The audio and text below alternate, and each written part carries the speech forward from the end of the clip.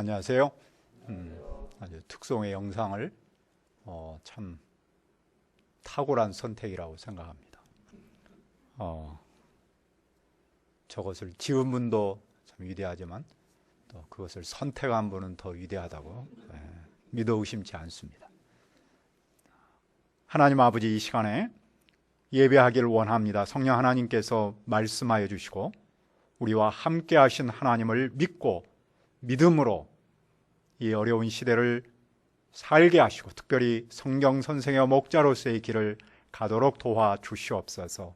이 예배 가운데 함께 하시고 성령님께서 우리를 축복하여 주옵소서. 예수님의 이름으로 기도합니다. 아멘. 누구든지 무슨 일을 하려면 권위가 있어야 합니다. 그 권위는 객관적인 능력과 자격에서 옵니다. 이 시대 성경 선생과 목자도 바르게 일하려면 능력과 자격이 있어야 합니다. 즉 영적인 권위가 있어야 합니다. 그 영적인 권위는 누가 어디에서 찾을 수 있습니까? 1절을 보십시오. 모세가 대답하여 이르되 그러나 그들이 나를 믿지 아니하며 내 말을 듣지 아니하고 이르기를 여호와께서 내게 나타나지 아니하셨다 하리이다. 여호와께서 모세에게 장로와 바로에게 가서 하나님께서 너에게 나타나셨다라고 메시지를 전하라고 했습니다. 그러나 그는 그들이 자기 말을 믿지 않고 듣지 않을 것을 고민합니다. 그는 왜 그런 고민을 할까요? 그들이 자기의 영적 권위를 인정하지 않을 것을 알기 때문입니다. 그들이 모세의 말을 믿고 들으려면 그의 영적 권위를 인정해야 합니다. 하지만 모세는 아직 하나님의 종으로서 영적 권위가 없습니다. 그는 아직 그럴 만한 능력을 갖고 있지 않기 때문이겠죠. 그러니 이스라엘 장로는 물론이고 애굽 왕도 모세를 인정하지 않을 것이죠. 여호와께서 그의 영적 권위를 어떻게 세우십니까? 2절을 보십시오. 여호와께서 그에게 이르시되 내 손에 있는 그것이 무엇이냐? 그가 이르되 지팡이이다. 여호와는 모세가 손에 들고 있는 것이 무엇인지를 물었습니다. 그것은 지팡이입니다. 그 지팡이는 목자가 양을 인도할 때 맹수로부터 양을 보호할 때 쓰는 막대기입니다. 지팡이는 목자의 막대기입니다. 여호와께서는 그것을 땅에 던지라고 하셔서 던졌더니 그것이 뱀이 되었습니다. 여호와께서 그 꼬리를 잡아라라고 하셔서 잡았더니 지팡이가 되었습니다. 여호와께서 그렇게 하신 목적은 무엇입니까? 우리 5절을 한번 읽읍시다. 시작. 이는 그들에게 그들의 조상의 하나님 곧 아브라함의 하나님, 이삭의 하나님, 야곱의 하나님 여호와가 내게 나타난 줄을 믿게 하려 함이라 하시고, 여호와께서 그렇게 하신 목적은 조상의 하나님 여호와께서 모세와 함께 하시고 모세에게 나타났다는 사실을 그들로 믿도록 하는 데 있습니다.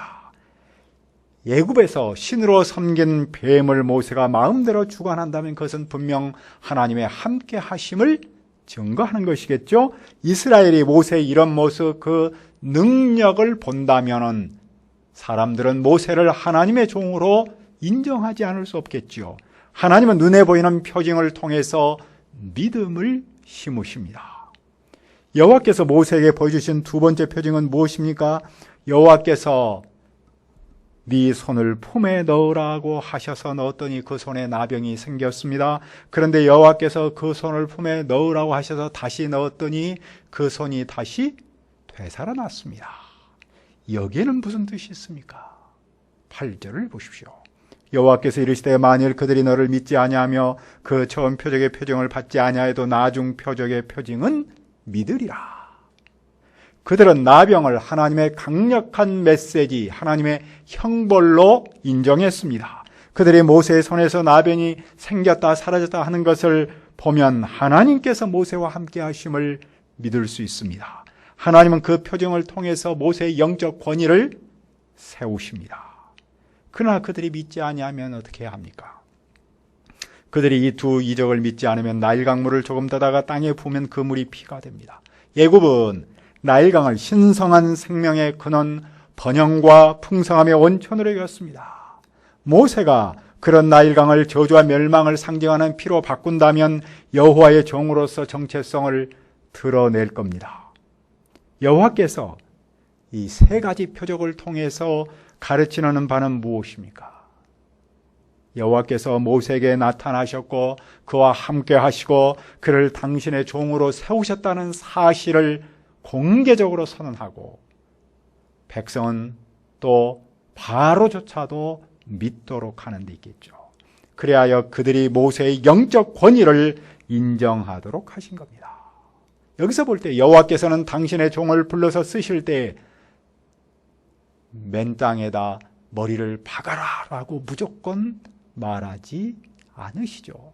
하나님께서는 당신의 종을 불러서 쓰실 때는 그에 합당한 자격, 영적 권위를 주신다는 겁니다. 여호와께서 우리를 성경 선생으로 세우셨습니다. 다른 것은 몰라도 우리에게 성경을 가르치는 능력은 주시지 않겠습니까? 또 목자로서의 영적 권위도 세워주시지 않겠습니까? 우리가 이 사실을 믿고 도전하면 그 실력을 발휘할 수 있습니다. 그러나 모세는 여호와께 무엇을 아뢰입니까? 10절을 읽어봅시다. 시작. 모세가 여호와께 아뢰되 오 주여 나는 본래 말을 잘하지 못하는 자니이다. 주께서 주의 종에게 명령하신 후에도 역시 그러하니 나는 입이 뻣뻣하고 혀가 둔한 자니이다. 모세는 자신의 약점을 알았는데 말을 잘하지 못한 겁니다. 그는 입이 무겁고 혀도 무겁습니다. 그는 사람을 설득해야 하는데 논리도 부족하고 감성도 부족합니다. 그에게는 그런 능력이 예전에도 없었고 지금도 없습니다. 그래서 그는 고민합니다. 여호와께서 그를 어떻게 도우십니까? 여호와께서 그에게 믿음을 심습니다. 누가 사람의 입을 지었느냐? 누가 말 못하는 자나 못 듣는 자나 눈 밝은 자나 맹인이 되게 하였느냐? 나 여호와가 아니냐? 이제 가라. 내가 내 입과 함께 있어서 할 말을 가르치리라. 그러나 그는 주님의 말씀을 영접하지 못합니다. 그가 교만해서라기보다는 자신의 약점을 너무나 잘 알기 때문이죠. 그때 여호와께서 무엇을 하십니까? 여호와께서 그에게 화를 내십니다. 그가 자기를 고집하고 말씀을 받지 않기 때문이죠. 그런데도 여호와께서는 그에게 말 잘하는 형 아론을 보내십니다. 모세는 아론을 보고 기뻐할 겁니다.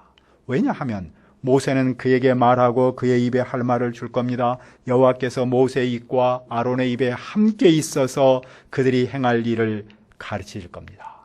아론은 모세의 말을 백성에게 전달할 겁니다. 그러면 모세는 백성에게 하나님 같이 되는 것이죠. 아론은 모세의 전달자이고 모세는 하나님의 전달자입니다. 하나님께서 모세의 입에 함께 하시기 때문입니다. 그의 입에 함께 있어서라고 말씀하신 그분은 누구십니까? 하나님은 그 종과 말씀으로 함께 하십니다. 하나님은 그 종에게 할 일, 할 말을 가르치심으로 함께 하십니다. 하나님은 말씀 선생으로 세우셨는데 말씀을 주시지 않는다면 어떻게 말씀 선생으로 살 수 있겠습니까? 하나님의 함께 하심의 가장 큰 표징은 말씀을 가르침에 있습니다. 하나님은 오늘도 그 말씀의 종에게 말씀을 친히 주십니다. 그 입과 함께 하셔서 가르칠 말씀을 공급하십니다. 이제 모세는 무엇을 해야 합니까? 17절입니다. 너는 이 지팡이를 손에 잡고 이것으로 이적을 행할지니라. 이 지팡이는 모세가 가졌던 그 목자의 지팡이인데 하나님께서 그에게 지금 주십니다. 그는 그 지팡이를 손에 잡고 그것으로 이적을 해야 합니다. 그는 하나님께서 그 주신 지팡이로 사람 앞에서 하나님만이 하시는 일을 여러 번 해야 합니다. 그는 마침내 장인과 작별하고 애굽으로 돌아가고자 합니다. 그러자 하나님께서 애굽으로 돌아가라고 공식적으로 모세에게 명령합니다. 그때 모세는 무엇을 합니까? 20절을 읽읍시다. 시작. 모세가 그의 아내와 아들들을 낙에 태우고 애굽으로 돌아가는데 모세가 하나님의 지팡이를 손에 잡았더라. 모세는 아내와 아들들과 미디안을 떠나 이제 애굽으로 돌아갑니다. 약 40년 정도의 세월이 흘렀다라고 말하죠. 그는 돌아갈 때 그의 손에 하나님의 지팡이를 잡았습니다. 그가 돌아갈 때 하나님의 지팡이를 손에 잡았다라는 뜻이 무엇입니까? 하나님의 지팡이는 우리가 이미 살펴본 것처럼 모세가 본래 양떼를 칠 때 가졌던 그 지팡이입니다. 그 지팡이는 모세의 손때가 묻었던 것이겠죠. 말 그대로 목자의 막대기입니다. 그런데 그 막대기를 하나님의 지팡이라고 부릅니다. 무슨 뜻입니까? 하나님께서 함께 하시고 하나님의 능력을 나타내고 하나님께서 주신 영적 권위를 상징한다는 겁니다. 그가 그 지팡이를 손에 잡았다라는 말은 바로 하나님의 함께 하심, 하나님의 능력, 하나님께서 주시는 그 영적 권위를 영접했다는 뜻입니다. 그러니까 그가 하나님의 말씀에 순종해서 사명을 받아들였음을 보여주는 것이죠. 그가 하나님의 말씀에 순종해서 사명을 받아들이자 자기가 그냥 가지고 있었던 그 목자의 막대기가 이제는 하나님의 지팡이로 바뀐 겁니다. 그는 이제 그 지팡이, 하나님의 함께 하심, 능력, 영적 권위를 나타내는 그 지팡이를 손에 잡고 애굽으로 돌아갑니다. 왜 돌아갑니까? 하나님의 종으로서 하나님의 능력을 그 백성과 바로에게 나타내기 위해서입니다. 그는 세계 최강 바로와 한판 대결을 하기 위해서 애굽으로 돌아가는데 그가 손에 붙들었던 것은 바로 하나님의 지팡이입니다. 그러니까 그가 바로와 가서 싸울 때 그의 무기는 다른 것이 아닌 바로 하나님의 지팡이라는 것이죠. 이 말씀이 오늘 우리에게 주는 의미는 무엇입니까? 오늘 우리에게 있어서 하나님의 지팡이는 무엇입니까? 다시 말해서 우리가 캠퍼스와 세상에서 영적 지도자로 살고자 할 때, 성경 선생의 목자로 살고자 할 때 우리가 손에 붙들어야 할 영적 무기는 무엇입니까? 그것은 내가 일상적으로 가지고 있는 그것입니다. 그것은 내 재능일 수 있습니다. 내 입술일 수 있습니다. 내 건강일 수 있습니다. 또는 내가 지금 현재 하고 있는 그 일일 수 있습니다. 그런데 내가 가진 그것을 내 것으로만 쓰면 특별한 능력을 나타낼 수 없습니다. 하지만 내가 하나님의 부르심과 사명, 함께 하심을 믿으면 내 안에서 하나님의 능력을 나타낼 수 있습니다. 내가 지금 하나님을 믿으면 내 지팡이, 그냥 내 손때가 묻고 일상에서 나와 함께 했던 그것이 하나님의 지팡이로, 하나님의 함께 하심과 하나님의 능력, 하나님의 영적 권위로 바뀐다는 겁니다. 따라서 지금 내가 무엇을 가지고 있느냐가 중요한 것이 아니라 내가 하나님의 함께 하심을 믿느냐는 그 믿음이 중요하죠. 오늘 우리의 현실이 정말 녹록하지 않습니다. 그럴지라도 내가 함께 하심을 믿으면 내가 가진 그것을 통해서 우리 하나님께서 일하십니다. 우리 하나님께서 내가 가지고 있는 그것을 통해서 캠퍼스에서 생명사역을 이루십니다. 그러나 여호와께서 다시 무엇을 말씀하십니까? 21절입니다. 여호와께서 모세에게 이르시되 네가 애굽으로 돌아가거든 내가 내 손에 준 이적을 바로 앞에서 다 행하라. 그러나 내가 그의 마음을 완악하게 한즉 그가 백성을 보내주지 않으리라. 모세는 돌아가서 그 하나님의 지팡이를 들고 많은 능력을 행할 겁니다. 그러나 바로는 즉시 그 백성을 돌려보내주지 않습니다. 왜냐하면 하나님께서 바로의 마음을 완악하게 했기 때문입니다. 하나님은 왜 바로의 마음을 완악하게 해서 빨리 이 문제를 해결하지 않습니까? 그것은 하나님께서 애굽에게도 여호와 하나님이라는 사실을 가르치고자 하시기 때문입니다. 하나님은 이스라엘은 물론이고 애굽에도 누가 진정한 하나님인가를 가르치려고 하십니다. 그러므로 모세는 바로에게 무엇을 말해야 합니까? 여호와의 말씀에 이스라엘은 내 아들, 내 장자라. 여호와는 당신과 이스라엘의 관계를 아버지와 아들의 관계를 말합니다. 그런데 그 중에서도 맏아들이라고 부릅니다. 아버지는 아들을 보호하고 인도해야 할 책임이 있습니다. 특별히 맏아들은 그 가문의 상속자입니다. 더 보호하고 인도해야 할 책임이 있는 것이죠. 이스라엘은 많은 사람 중에서, 만민 중에서도 하나님께서 특별히 맏아들로 택한 백성이라는 것이죠. 그러므로 하나님께서 그 백성을 좀 더 섬세하게 보호하고 인도하시겠다는 뜻을 표현하고 있는 겁니다. 하나님은 일찍이 그 조상들과 언약을 맺으셨고 이스라엘을 맏아들로 대우하셨는데 이제는 그 맏아들의 지위를 회복하겠다는 것이죠. 그러므로 바로가 하나님의 말씀을 듣지 않으면 여호와께서 그의 맏아들을 죽일 겁니다. 왜냐하면 그가 여호와의 장자를 보내지 않기 때문입니다. 애굽의 장자는 어떤 존재입니까? 애굽의 장자는 신이죠. 왜냐하면 애굽의 바로가 신이기 때문에 그 맏아들은 또한 신이죠. 그런데 여호와께서 그런 신적 존재를 죽인다는 것은 여호와가 강력한 하나님이시라는 사실을 보여주는 겁니다. 애굽이 섬기고 있는 그런 신은 아무것도 아니고 애굽 사람조차도 여호와 하나님만을 섬겨야 한다는 것을 가르치려고 하고 있습니다. 모세는 이 말씀을 품고 이제 애굽으로 돌아갑니다. 그런데 돌아가는 길에 여호와께서 무엇을 하십니까? 여호와께서 모세를 죽이려고 하십니다. 그때 모세의 아내 십보라가 즉시 그 아들의 포피를 베었습니다. 그리고 그 남편의 포피에 대었습니다. 그것은 모세가 할례받음을 상징합니다. 그리고 그녀는 피 남편, 즉 피를 흘려 얻은 남편이라는 뜻으로 불렀습니다. 그때 여호와께서 그를 어떻게 하십니까? 26절을 보십시오. 여호와께서 그를 놓아주시니라. 그때 십보라가 피 남편이라 함은 할례 때문이었더라. 여호와께서 그를 놓아주셨는데 그가 할례를 했기 때문입니다. 하나님은 왜 할례하지 않은 그를 죽이려고 하셨습니까? 할례는 하나님의 아브라함과 그 후손과 맺은 특별한 언약의 표시였습니다. 할례는 하나님의 백성이라는 표시였습니다. 따라서 모세도 그의 아들도 하나님의 백성으로서 할례를 해야 했습니다. 특히 모세는 이스라엘의 공동체 언약 백성을 인도하러 가고 있습니다. 그런데 그는 물론이고 그 아들도 아직 할례를 하지 않았습니다.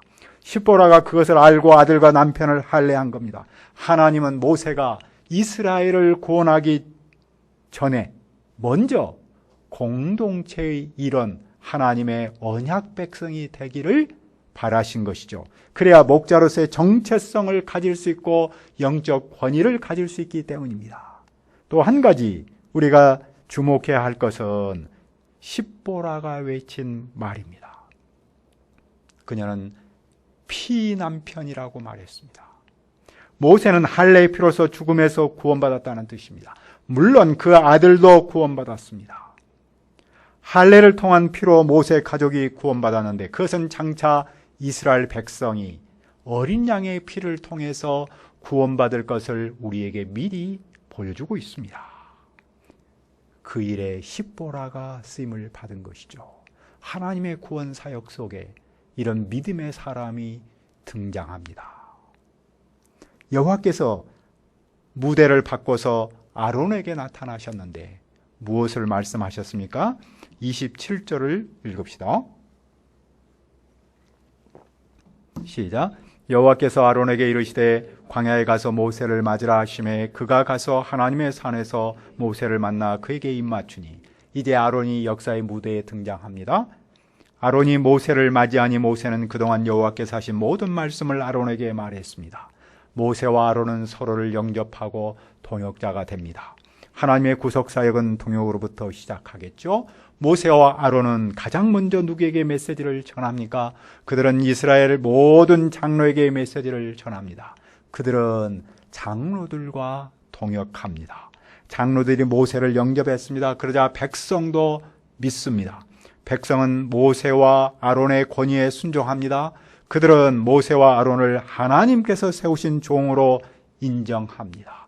그들은 그 표현으로 여호와께 경배합니다. 하나님은 이렇게 모세를 당신의 종으로서 내적, 외적인 권위를 세우십니다. 자격을 주셨습니다. 오늘 우리의 성경 선생과 목자로서 영적 권위는 어디에서 옵니까? 나와 함께 하신 하나님, 나를 통해서 당신의 능력을 나타내고자 하시는 그분을 믿는 믿음에서 옵니다. 하나님은 우리가 가진 것을 통해서 당신의 능력을 나타내십니다. 하나님은 우리의 입술과 함께 하셔서 할 말을 가르치심으로써 우리의 영적 권위와 자격을 세우십니다. 비록 현실은 녹록하지 않을지라도 우리가 그분을 믿고 성경 선생의 목자로서의 길을 가기를 기도합니다. 은혜로우신 아버지 하나님, 부조와 허물진 저희를 부르셔서 하나님께서 쓰시고자 하시는 성경 선생의 목자로 삼으시고 영적 권위를 주시고 쓰시는 줄 믿습니다. 우리와 함께 하시고 부족한 우리를 통해서 당신의 능력을 나타내고자 하시는 그분을 믿는 믿음으로 말미암아 비록 현실은 녹록하지 않을지라도 성경 선생의 목자의 길을 갈 수 있도록 도와주시옵소서. 감사하고 예수님의 이름으로 기도합니다. 아멘.